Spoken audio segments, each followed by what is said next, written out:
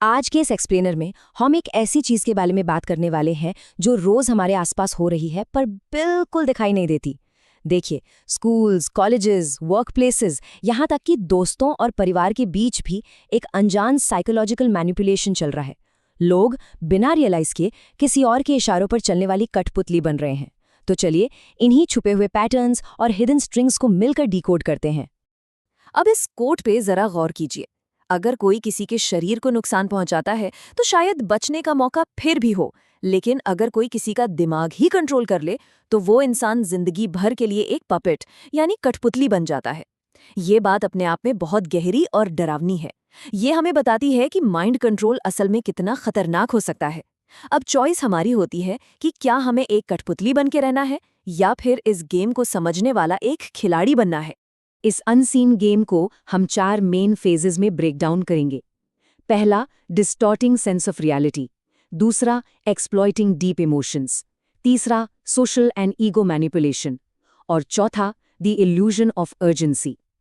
इन चारों तरीकों को समझकर इन हिडन स्ट्रिंग्स को आसानी से पहचाना और काटा जा सकता है।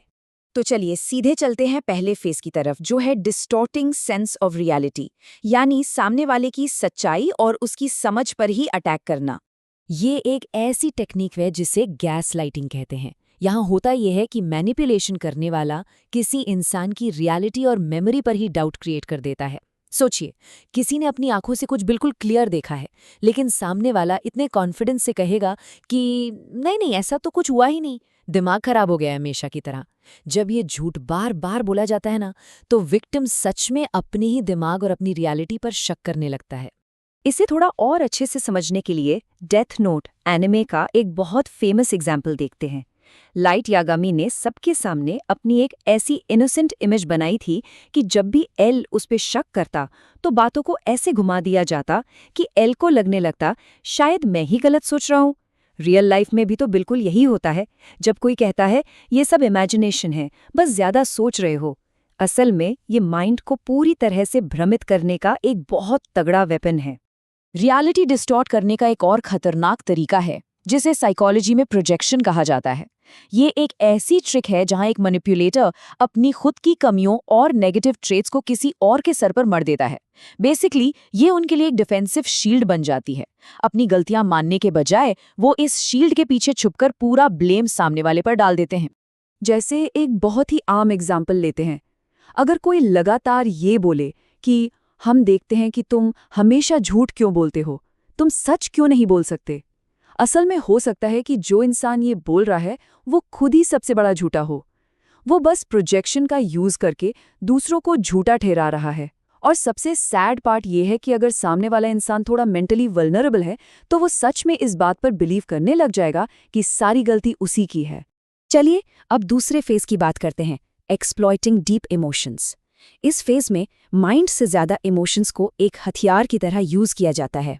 गिल्ट ट्रैपिंग इसका एक बहुत बड़ा हिस्सा है। नारुतो एनिमे में इटाची का कैरेक्टर इसका परफेक्ट एग्जाम्पल है। उसने अपने भाई सास्के को गिल्ट और बदले के एक ऐसे लूप में फंसा दिया था जहां सास्के को लगता था कि हर बुरी चीज की वजह वही है। इटाची ने सिर्फ गिल्ट का इस्तेमाल करके उसके इमोशंस को पूरी तरह कंट्रोल कर लिया था। रोजमर्रा की जिंदगी में भी हम ये देखते हैं, जब कोई करीबी कहता है मैंने हमेशा तुम्हारे लिए सैक्रिफाइसेस किए हैं, ऐसा बोलकर वो बस एक गिल्ट ट्रिप दे रहे हैं ताकि उनके हिसाब से फैसले लिए जाएं।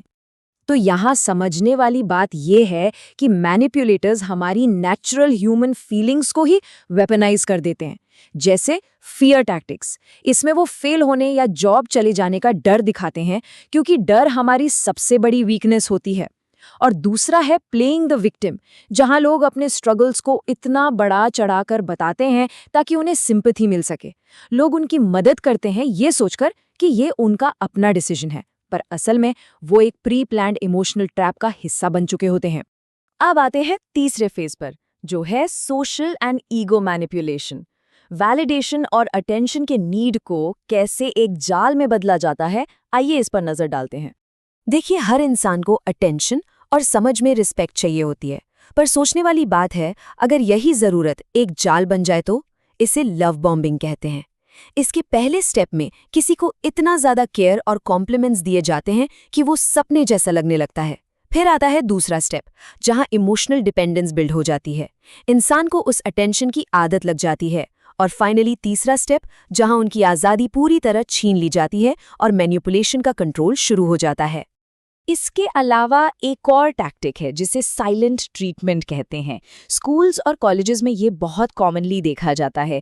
इसमें किसी एक इंसान को अचानक से पूरी तरह इग्नोर करना शुरू कर दिया जाता है, जैसे उसकी कोई एग्जिस्टेंस ही ना हो। ये वैलिडेशन की नीड को एक वेपन बनाने जैसा है। सामने वाले का फोकस टूटने लगता है, उसको अजीब बेचैनी होती है और अल्टीमेटली वो माफी मांगने पर मजबूर हो जाता है, चाहे गलती उसकी बिल्कुल भी ना हो।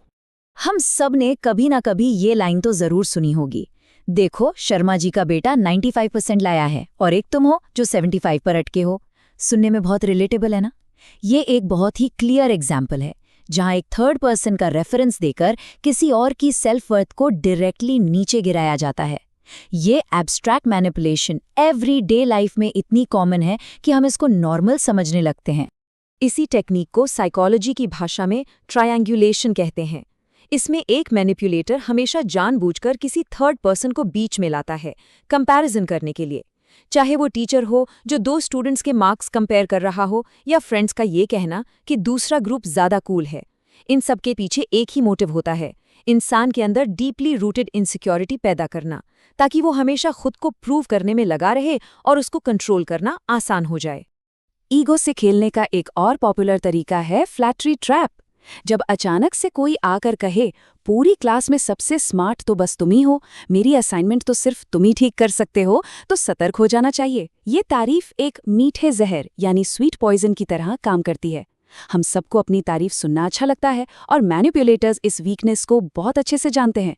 इसी नकली तारीफ के जाल में फंसाकर वो दूसरों का सारा टाइम और एनर्जी अपने काम के लिए ड्रेन कर लेते हैं। अब हम पहुंच चुके हैं अपने चौथे और आखिरी फेज पर, जो है द इल्यूजन ऑफ अर्जेंसी, यानी जल्दी डिसीजन लेने का एक नकली और आर्टिफिशियल प्रेशर क्रिएट करना। इस टेक्निक में स्कैरसिटी प्रिंसिपल का बहुत स्मार्ट यूज होता है। ये एक ऐसा साइकोलॉजिकल हैक है जिसमें मैनिपुलेटर एक भ्रम पैदा करता है कि कोई चीज़ बहुत रेयर या लिमिटेड है। हमारा दिमाग नेचुरली ऐसे प्रोग्राम्ड है कि जो चीज़ मुश्किल से मिलती है या जल्द खत्म होने वाली होती है, उसकी वैल्यू ऑटोमेटिकली हमारी नज़रों में बढ़ जाती है। इसी आर्टिफिशियल स्कैसिटी का फायदा उठाकर लोगों को गलत और जल्दबाजी में फैसले लेने पर मजबूर किया जाता है। ऐसे स्टेटमेंट्स कितने कॉमन है ना? लिमिटेड ऑफर, सिर्फ आखिरी 24 घंटे बाकी हैं, या फिर जो तय करना है अभी करो, मेरे पास ज़्यादा टाइम नहीं है। आजकल मार्केटर्स से लेकर मैनिपुलेट करने वाले टॉक्सिक दोस्तों तक हर कोई इस फेक प्रेशर का यूज़ करता है। ये दिमाग में एक डर बिठा देता है कि अगर अभी यस नहीं बोला तो लाइफ टाइम रिग्रेट होगा, और उसी रिग्रेट के डर से लोग बिना कुछ डीपली सोचे समझे हाँ बोल देते हैं। तो इन सारे पैटर्न्स को समझने के बाद बात एक आखिरी चॉइस पर आके रुकती है। एक तरफ है द पपेट, एक ऐसी कठपुतली जो इन इनविजिबल स्ट्रिंग्स से बंधी हुई है और बिना रियलाइज किए बस नाच रही है। और दूसरी तरफ है द प्लेयर, एक खिलाड़ी जो गैस लाइटिंग, गिल्ट ट्रैपिंग से लेकर इन सारे ट्रैप्स को पहचानता है और अपने माइंड का कंट्रोल वापस हासिल करता है। इन स्ट्रिंग्स को पहचानना ही उन्हें काटने की पहली शर्त है।